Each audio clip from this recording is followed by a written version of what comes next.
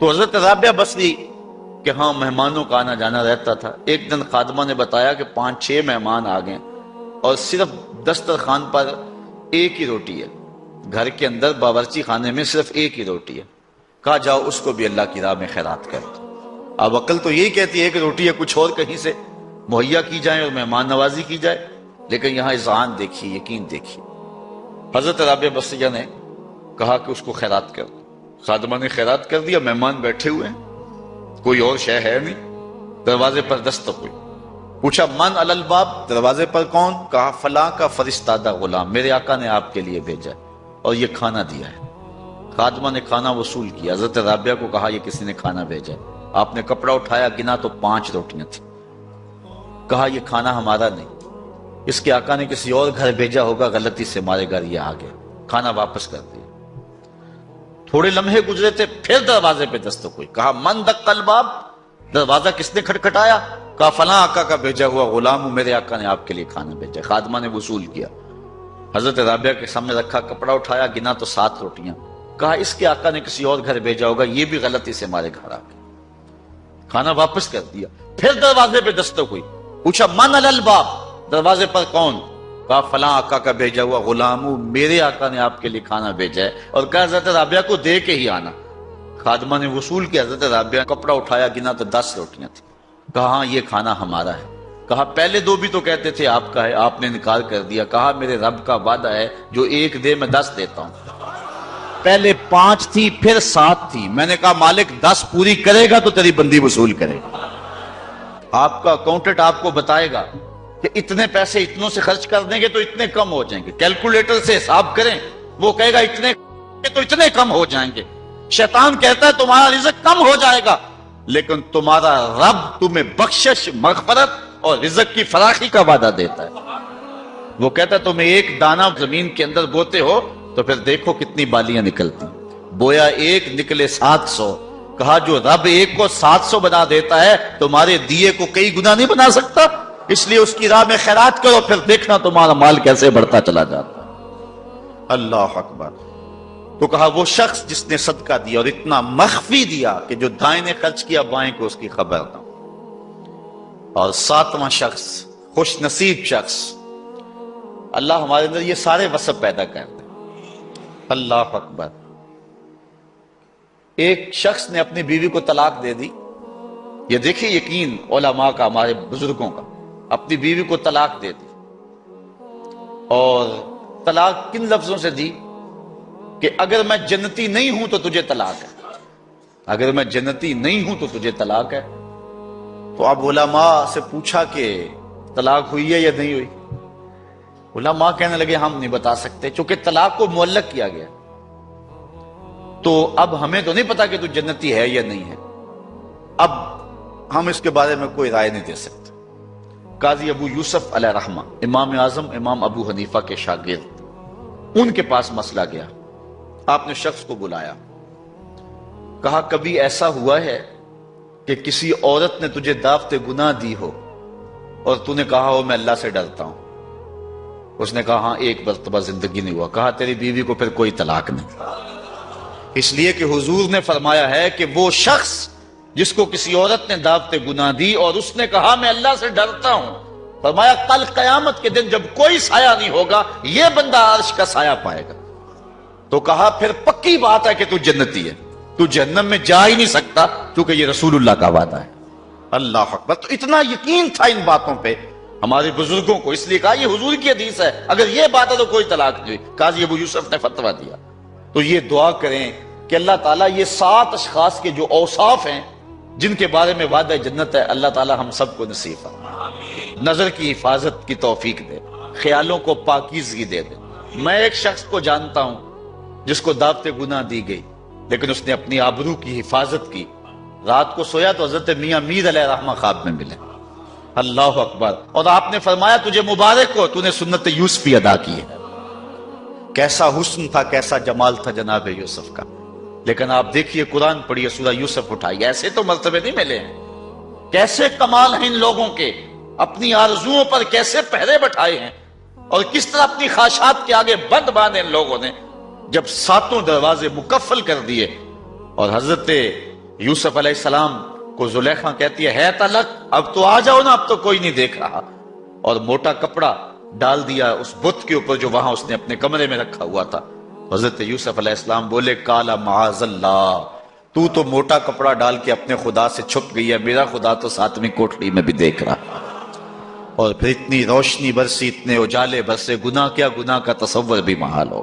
تو ساتواں شخص جس کے بارے میں حضور نے فرمایا وَرَجُلٌ ذَكَرَ اللَّهَ خَالِيًا فَفَاضَتْ عَيْنَاهُ، وہ شخص جس نے تنہائی میں اللہ کا ذکر کیا، کوئی دیکھنے والا نہیں تھا، ریا کا شائبہ بھی نہیں تھا، تنہا بیٹھا ہوا تھا، سحری کا وقت تھا، مصلی بچھا ہوا تھا، اور وہ اللہ کا ذکر کرنے لگا، پھر ذکر کا سرور من میں اترنے لگا، پھر کیا ہوا ففادت عیناہ، خوف خدا کی وجہ سے اس کی آنکھ میں آنسو آ گئے، اللہ کی یاد میں، اللہ کے ذکر میں رونے لگا۔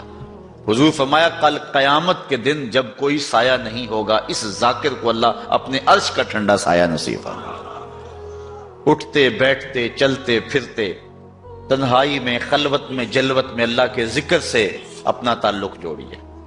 اللہ کا ذکر دلوں کے لیے جلا کا باعث ہے۔ لِكُلِّ شَيْءٍ سِقَالَةٌ وَسِقَالَةُ الْقُلُوبِ ذِكْرُ اللَّهِ، حضور فرمایا ہر شے کا زنگ دور کرنے کے لیے کچھ نہ کچھ بنایا گیا ہے، دلوں کا زنگ اللہ کی یاد سے دور ہوتا ہے۔ ذکر جلی بھی اور ذکر خفی بھی، زبان سے کرو یا دل سے کرو۔ میرے حضور قبلہ عالم فرماتے ہیں اٹھ دی بیندی ٹر دی پھر دی، ستے آتے جاگ دی، نام جھپ دی رو تے کھپ دی، ویخ سر اس راگ دی، نام جھپیاں قرب ملدا، نام دی کر پوری سام، شیشے وچ کستوری جے کر پھر ضرورت کاگ دی۔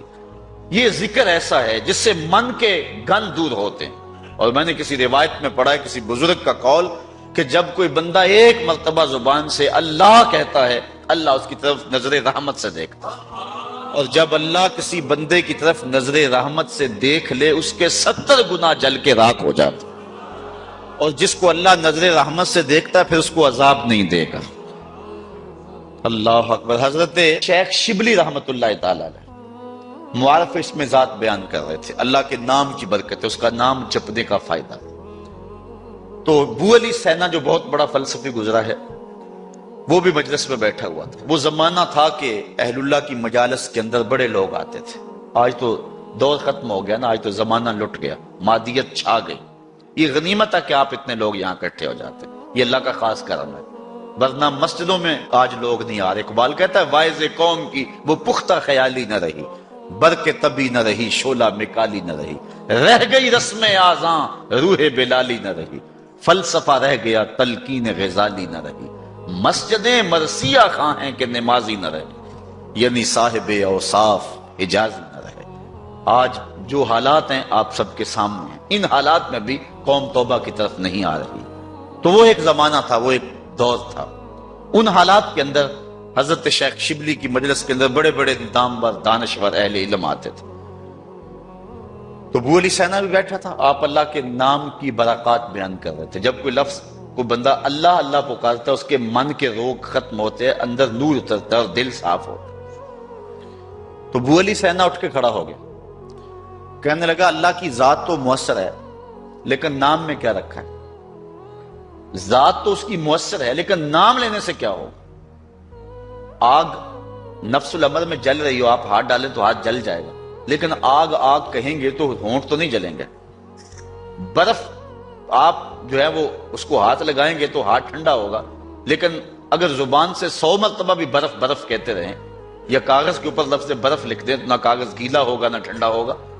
اس نے کہا ذات تو مؤثر ہے، نام میں کیا رکھا ہے؟ ہمارے فلسفی ہر چیز کی 4 شکلیں مانتے، کہتے ایک ہی مؤثر ہے باقی 3 مؤثر نہیں ہے، ایک ہی حقیقی ہے باقی اعتباری ہے۔ تو یہ بات جو ہے وہ شیخ شبلی کو ابو علی سینا نے کہی کہ ذات تو مؤثر ہے مانتا ہوں لیکن نام میں کیا رکھا ہے؟ حضرت شیخ شبلی نے دلائل دیے لیکن ابو علی سینا آگے سے بحث کرتا رہا۔ شیخ شبلی سمجھ گئے کہ یہ ماننے کو نہیں ہے، آپ نے بحث کو چھوڑا، اللہ والے لمبی بحث نہیں کرتے، بات میں سادہ و آزادہ، معانی میں دقیق۔ اقبال نے کہا کہ سیدھی سیدھی بات کرتے ہیں، اور کرتے ہیں منہ سے نکلتی ہے از دل خیزت بس دل ریزت، دل سے نکلتی ہے دل میں جا کے گرتی۔ بزرگوں کا طریقہ سادہ سادہ ہوتا ہے، بہت لمبی گفتگو نہیں ہے، بس سیدھی سیدھی بات۔ تو جب بحث کا سلسلہ شروع ہونے لگا تو شیخ رک گئے اور پھر کہا ابو علی سینا میں تیرے سے کیا بحث کروں، تو گدھا ہے۔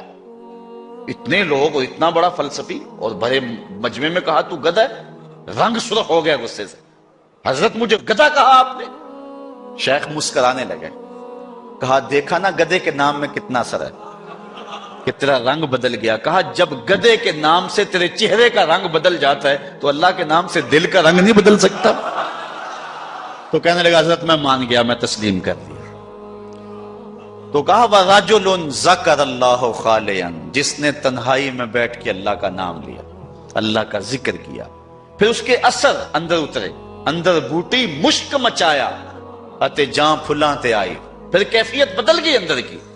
تو حضور نے ارشاد فرمایا کہ کل قیامت کے دن جب کوئی سایہ نہیں ہوگا اللہ کے ذاکر کو جو تنہائی میں بیٹھ کے اللہ کا ذکر کرتا ہے۔ تنہائی کی بات اس لیے کی کہ یہاں ریاکاری کا شائبہ نہیں ہے، محض اللہ کے لیے، کسی کے دکھلانے کے لیے نہیں ہے۔ مسجد نبوی میں ایک بندہ بیٹھ کے گردن جھکا کے ذکر کر رہا تھا، حضرت عمر نے جا کے پیچھے سے گردن پکڑ لی، یا صاحب العنق ماذا تصنع، اے گردن والے کیا کر رہا ہے، ہمیں دکھا رہا ہے؟ تو ریاکاری اللہ کو پسند نہیں ہے۔ تو اگر تنہائی میں بیٹھ کے کسی نے اللہ کا ذکر کیا اور ذکر کرتے کرتے اس کی آنکھیں آنسوؤں کا خراج دینے لگی اور اللہ کی یاد میں رونے لگا بندہ، تو حضور فرمایا اتنا بڑا اعزاز اس کے لیے ہے، قیامت کے دن جب گرمی برس رہی ہوگی اور سورج بالکل قریب اور سیدھے رخ پہ ہوگا، زمین تانبے کی ہوگی، لوگ پسینے میں شرابور ہوں گے، اللہ اس شخص کو جو یاد الہی میں رویا تھا اپنی عرش کا ٹھنڈا سایہ اس کے اوپر تان دے گا۔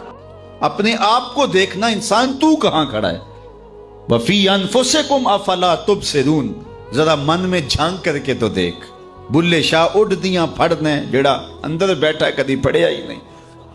اپنے اندر جب انسان کرتا ہے پھر اسے پتہ چلتا ہے، من عرف نفسہ فقد عرف ربہ، جس نے من کو پہچان لیا اس نے اپنے رب کو پہچان لیا، اور جس کو خودی کا تعقل ہی نہیں ملا، ذات سے آگہی نہیں ملی، اپنے آپ سے آشنا ہی نہیں ہوا، تو پھر اسے کسی اور کا پتہ کیسے چلنا؟ اس آئینے میں پہلے اپنے وجود کو دیکھ، تو راز کن فقاں ہے، اپنی آنکھوں پر عیاں ہو جا، خودی کا رازداں ہو جا، خدا کا ترجمہ ہو جا، خودی میں ڈوب جا غافل، یہ سر زندگانی ہے، نکل کر حلقۂ شام و سحر سے جاویداں ہو جا، مسافے زندگی میں سیرت فولاد پیدا کر، شبستان محبت میں حریر و پر نیا ہو جا، گزر جا بن کے سیلے تند رو کوہ بیاباں سے، گلستان راہ میں آئے تو جوئے نغمہ خاں ہو جا، تیرے علم و محبت کی نہیں ہے انتہا کوئی، نہیں ہے تجھ سے بڑھ کر ساز فطرت میں نوا کوئی۔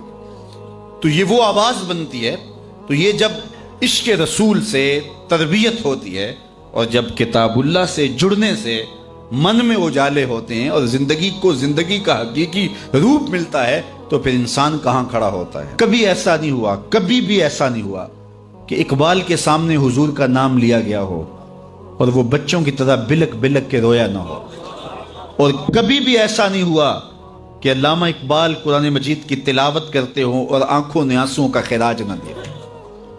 غنا سے پڑھتے تھے قرآن مجید اور سحری کے وقت پڑھتے تھے، اور یہ خاص لمحے ہیں قرآن مجید کی تلاوت کے۔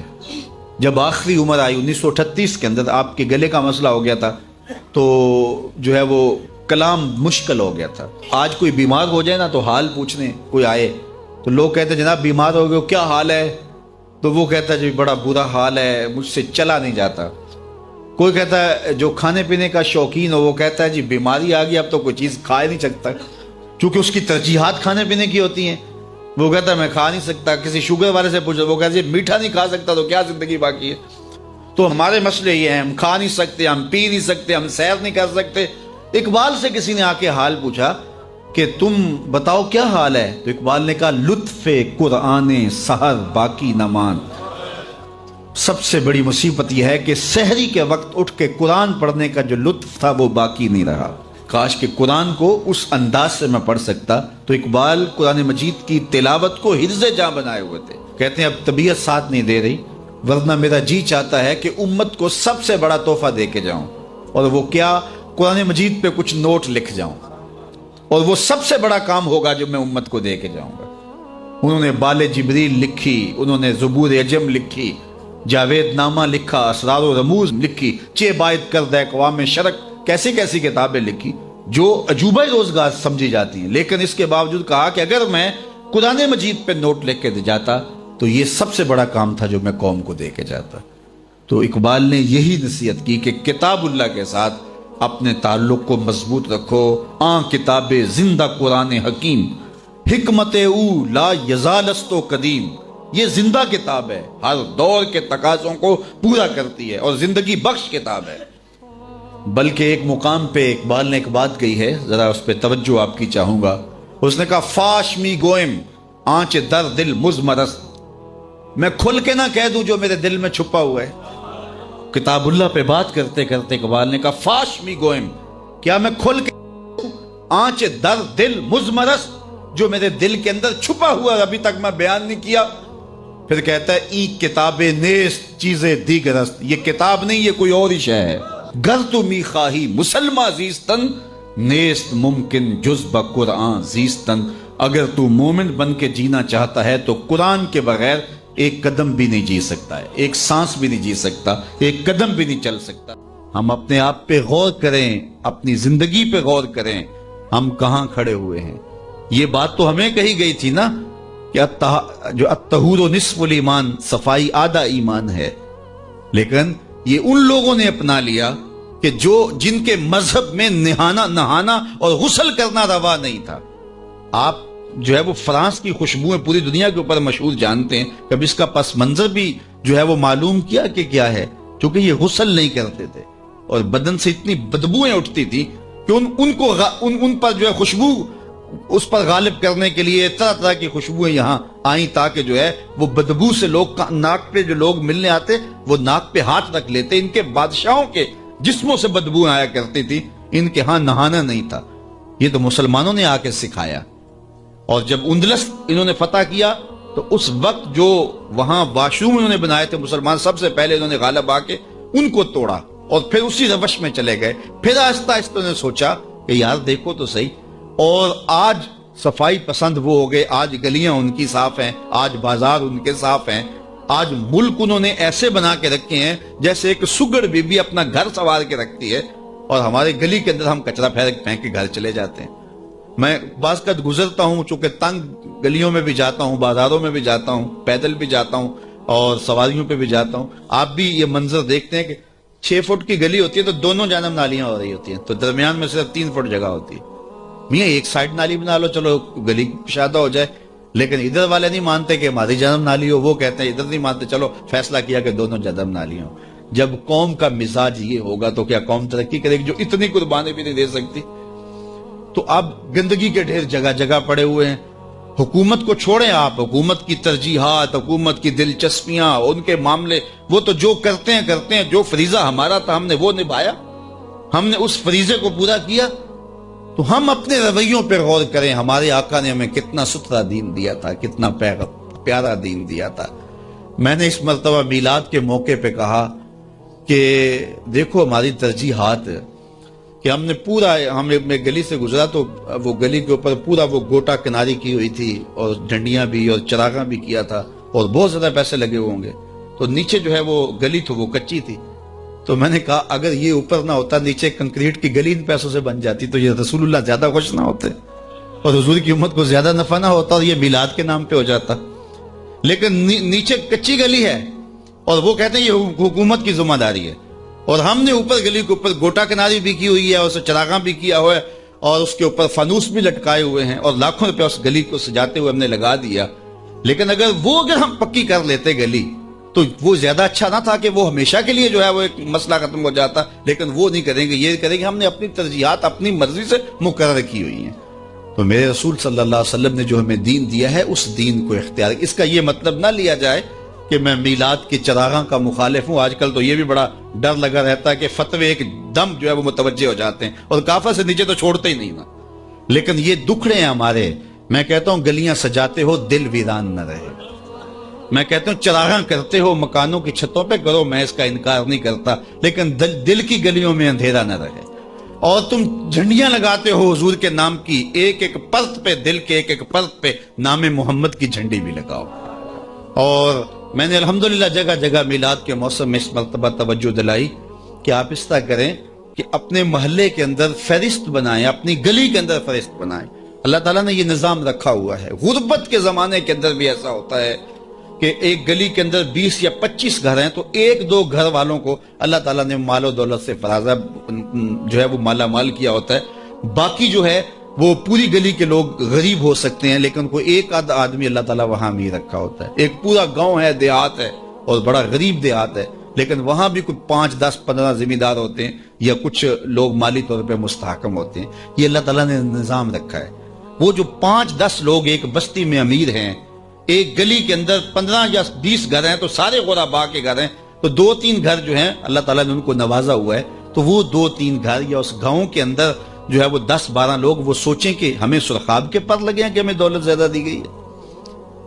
عقل و فہم کی وجہ سے بھی دولت زیادہ نہیں ہوتی۔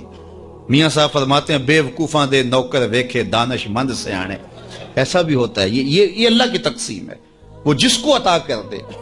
تو اب جس کو دولت زیادہ دی گئی ہے وہ سوچے کہ مجھے کیوں زیادہ دی گئی ہے۔ علماء نے کہا کہ جس کو کوئی زیادہ فراوانی دی گئی ہے اس کا جو ہے وہ مثال کے طور پر وہ کہتے ہیں کہ جو گائے ہے اور بھینس ہے، اس کا دودھ اس کے بچے کی ضرورت سے زیادہ ہوتا ہے تو باقیوں کے لیے بھی حلال قرار دیا گیا کہ وہ نفع پہنچائے۔ جس کو مال اس کی ضرورت سے زیادہ دیا گیا ہے تو وہ اس مال کے ذریعے اپنے کم از کم رشتہ داروں میں اور اپنے محلے میں اپنی گلی میں کم از کم دیکھے، اور میلاد کے موسم کے اندر وہ غور کرے کہ میری گلی میں 15 گھر ہیں، اس میں کوئی غریب ہے تو آج میلاد کے دن ایسا نہ ہو کہ آج بھی وہ غربت میں دن گزارے۔ اگر اس کو آپ 1 مہینے کا راشن دے دیتے ہیں اور ساتھ لکھ کے چٹ اس کے اندر ڈال دیتے ہیں میلاد مبارک، اور درود پڑھتا رہے گا اور حضور علیہ الصلوۃ والسلام کا صدقہ کھاتا رہے گا تو کتنا اچھا ہو۔ تو یہ وہ چیزیں ہیں جس کی طرف ہمیں توجہ کرنی چاہیے، اور میں سمجھتا ہوں کہ حضور علیہ السلام کی محبت سے معاشرے کے دکھ جو ہیں وہ سمیٹے جا سکتے ہیں۔ آقا کریم علیہ الصلوۃ والسلام نے محبت سے ہی معاشرت کو جو ہے وہ اپنے قریب کیا، اور لوگ ایمان کی دولت سے مالا مال ہو گئے۔ وہ ایک بچہ آیا نا اپنی ماں کے لیے لباس لینے کے لیے، اور پہلے وہ گیا اپنے چچا کے پاس، اس کی ماں بیوہ تھی، اس کا لباس پھٹ گیا تھا، اور وہ اپنے چچا کے پاس گیا تو اس نے دتکار دیا۔ اللہ اکبر، فذالک الذی یدعو الیتیم، یہ قرآن نے بتایا کہ یہ وہ بد نصیب لوگ ہیں جو یتیموں کو دھکے دیا کرتے ہیں۔ تو وہ ماں نے اس کو روکا تھا، بیٹا نہ جانا، تاریخ عرب پڑھے، ماں نے کہا تھا بیٹا نہ جانا، لیکن اس نے کہا کہ تیرے بدن کے اوپر جو لباس ہے وہ بھی پھٹ گیا ہے اور جگہ جگہ سے جسم جھلک رہا ہے، تو میں اپنے چچا سے آپ کے لیے لباس لے کے آتا ہوں۔ پھر جو رویہ اس نے اختیار کیا تو واپس روتا ہوا آ رہا تھا، تو کسی نے راستے نے پوچھا کہ کیا ماجرا ہوا؟ اس نے کہا چچا کے پاس گیا تھا ماں کے لیے لباس لینے، اس نے تو لا کے بھیج دیا۔ اللہ اکبر۔ تو اس نے کہا کہ جا سین حرم میں محمد نام کا ایک شخص بیٹھا ہوا ہے، اگر تو اپنا دکھڑا اس کے سامنے پیش کرے تو وہ امید ہے تمہیں رد نہیں کریں گے، لیکن سن لے ان کا دین کوئی اور ہے۔ اللہ اکبر۔ اپنے ماں کے پاس آیا تو ماں کو کہا کہ چچا نے تو لا کے بھیج دیا، لیکن آپ کی حالت مجھ سے دیکھی نہیں جا رہی۔ بچہ ابھی شعور کی منزلوں میں قدم رکھ رہا تھا، پہلے بہت چھوٹا تھا، اب اس کے اندر ایک جذبات تھے بچے کے اندر۔ تو ماں نے کہا کہ بیٹا نہیں، ان کے پاس نہیں جانا، سنا ہے کہ وہ جو ان سے ملے دین دھرم چھین لیتے ہیں اس کا۔ اللہ اکبر۔ تو حضور علیہ الصلوۃ والسلام کے پاس جانے سے ماں روکنے لگی، لیکن بچے نے کہا کہ امی میں پکا رہوں گا، بتوں کا وفادار رہوں گا، تم اس ٹینشن کو، اس پریشانی کو چھوڑ دو۔ اور حضور کی خدمت میں حاضر ہوا۔ حضور صحن حرم میں چادر اوڑے بیٹھے ہوئے تھے، اور جا کے کہنے لگا میں پہلے بات آپ سے کر لیتا ہوں، آپ کا دین میں نے قبول نہیں کرنا۔ حضور مسکرا کے بولے بیٹا بتاؤ کس لیے آئے ہو؟ کہا میری ماں بے لباس ہے، میں آپ سے لباس لینے آیا۔ حضور نے چادر رحمت اتار کے اس کے کندھوں پہ ڈال دی۔ اللہ اکبر۔ وہ واپس آ گیا اور ماں پر حضور کی چادر اڑائی۔ اللہ اکبر۔ اور ماں نے کہا کہ بیٹے اس نے اپنا دین تو نہیں تجھے دیا؟ کہا نہ، میں نے پہلے کہہ دیا تھا تیرے دین نہیں مانوں گا۔ ماں کہنے لگی پتر اس کا دین ماننا چاہیے، یہ جس نے رحمت کی چادر ہمارے سر پہ تان دی۔ اللہ اکبر۔ تیری تک کے ادامہ میں مرید ہو گئے۔ اس بوڑھی عورت کا قصہ بھی آپ نہیں بھول سکتے، جو گھر کا سامان باندھ کے اپنے دروازے پہ بیٹھی ہوئی تھی، اور اس نے سنا تھا مکے میں ایک جادوگر آیا ہے جسے ملتا ہے اس کا دین چھین لیتا ہے۔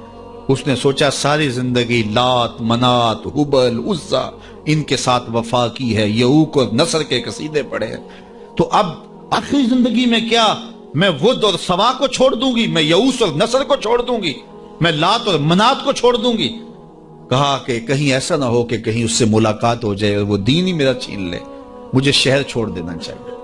گھر کے تھڑے کے اوپر سامان باندھ کے بیٹھی ہے، حضور بھی گزرے، اس نے دیکھا تو کہا بھتیجے یہ سامان میرے سر پہ رکھ دے۔ حضور نے سامان اٹھایا، دیکھا تو بوجھل تھا، وزنی تھا، اور بڑھیا کو دیکھا تو کمزور تھی، تو کہا کہ بڑھیا اگر چاہو تو جہاں چاہتی ہو میں خود نہ چھوڑا۔ اس نے کہا اس سے بڑی مہربانی کیا ہوگی، میں تو لا ولد ہوں، میری تو اولاد نہیں ہے، تو میں شہر چھوڑ کے جا رہی ہوں۔ راستے میں حضور نے سامان اٹھایا ہوا ہے اور بڑھیا سے باتیں بھی کرتے جا رہے ہیں۔ تو بڑھیا کو کہا کیوں جا رہی ہے؟ اس نے کہا کہ سنا ہے یہاں ایک جادوگر ہے جو لوگوں کا دھرم لوٹ لیتا ہے، لوگوں کا دین لوٹ لیتا ہے۔ میں نے ساری زندگی بتوں سے وفا کی ہے، میرے آباء و اجداد نے بتوں سے وفا کی ہے، میں چاہتی ہوں دین اجداد ہاتھ سے چھوٹ نہ جائیں، آخر اس شہر میں رہتی ہوں کہیں مل نہ جائے، تو میں چاہتی ہوں کہ میں شہر چھوڑ جاؤں، زندگی کی چند سانسیں باقی ہیں، میں وفا کے ساتھ تو گزاروں۔ غالب نے کہا تھا نا وفاداری بشرط استواری اصل ایمان ہے، اس پہ اختلاف بھی کیا جا سکتا ہے۔ مرے کعبے میں تو بت خانے میں گاڑو برہمن کو، وہ کہتا ہے چاہے بت سے وفاداری ہو، وفاداری تو اس نے کہا میں تو وفاداری کرنا چاہتی ہوں اپنے بتوں سے، اور میں شہر چھوڑ کے مکہ جا رہا ہوں۔ جانتی ہوں ام القریٰ ہے، بستیوں کی ماں ہے، اس شہر کو شہر جمال کہتے ہیں، شہر خوباں ہے، لیکن میں اس شہر کو چھوڑ کے جا رہی ہوں۔ خیر حضور نے کچھ نہیں کہا، اس کا سامان نہیں پھینک دیا کہ ٹھیک ہے تم پھر جاؤ، سامان اس کا اٹھایا اور جہاں تک اس نے جانا تھا سامان پہنچایا، سامان سپرد کر کے واپس پلٹنے لگے تو اس نے کہا بچے اپنا نام تو بتا دے، لوگ کہیں گے کہ مکہ چھوڑ آئی ہو تو بتاؤں گی ایک جادوگر کے دکھ سے چھوڑ آئی ہوں، تو وہ کتنا برا بھلا کہیں گے شہر مکہ کو کہ جس مکہ سے لوگ نقل مکانی کرنے پہ مجبور ہو گئے، تو میں انہیں یہ بھی بتاؤں گی کہ جس مکے میں جادوگر رہتا ہے اتنا اچھا نوجوان بھی رہتا ہے، تو تیرا نام لیا کروں گی، تیرے قصیدے پڑھا کروں گے۔ تو حضور علیہ السلام مسکرا پڑے، کہا بڑھیا جس جادوگر سے بھاگ کے آئی ہے وہ تیرے سامنے کر رہا ہے۔ اس نے کہا سچ سے آپ ہی محمد ہیں؟ حضور نے فرمایا نام میرا یہی ہے۔ تو اس نے کہا پھر آپ کا جادو میرے پہ چل گیا ہے۔ اللہ اکبر، تیری تک کے ادامہ میں مرید ہو گئی، لوگوں کی خدمت کریں، بوڑھوں کے کام آئیں، دکھیوں کے کام آئیں، مصیبت زدہ کے کام آئیں۔ حضور یتیم ہو کے یتیم پرور تھے۔ آئیے کتاب رحمت سورہ الکہف اٹھائیں۔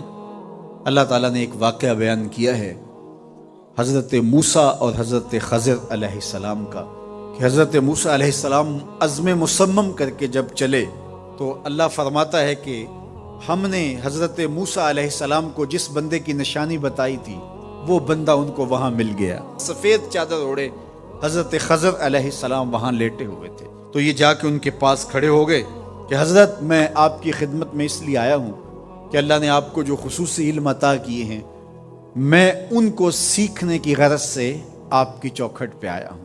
کہا تم میرے ساتھ صبر نہیں کر پاؤ گے، معاملے مشکل ہیں، سفر دشوار ہے، منزل کٹھن ہے، اور میرے معاملات ایسے ہیں کہ تم اعتراض کرو گے اس کے بغیر تم رہ نہیں سکتے۔ حضرت موسیٰ علیہ السلام نے کہا اگر اللہ نے چاہا تو آپ دیکھیں گے میں صبر کروں گا، اور آپ کے کسی حکم کی، کسی کام کی میں نافرمانی نہیں کروں گا، کسی کام کا انکار نہیں کروں گا۔ کہا کہ اچھا شرط یہ ہے کہ جو میں کروں اس پر تم اعتراض نہیں کرو گے، سوال نہیں کرو گے، یہاں تک کہ میں خود ہی نہ بتاؤں۔ تو کہا کہ یہ شرط ٹھہری، میں کوئی بات نہیں کروں گا۔ فانطلقا، دونوں چل پڑے، دریا کے پار جانا تھا۔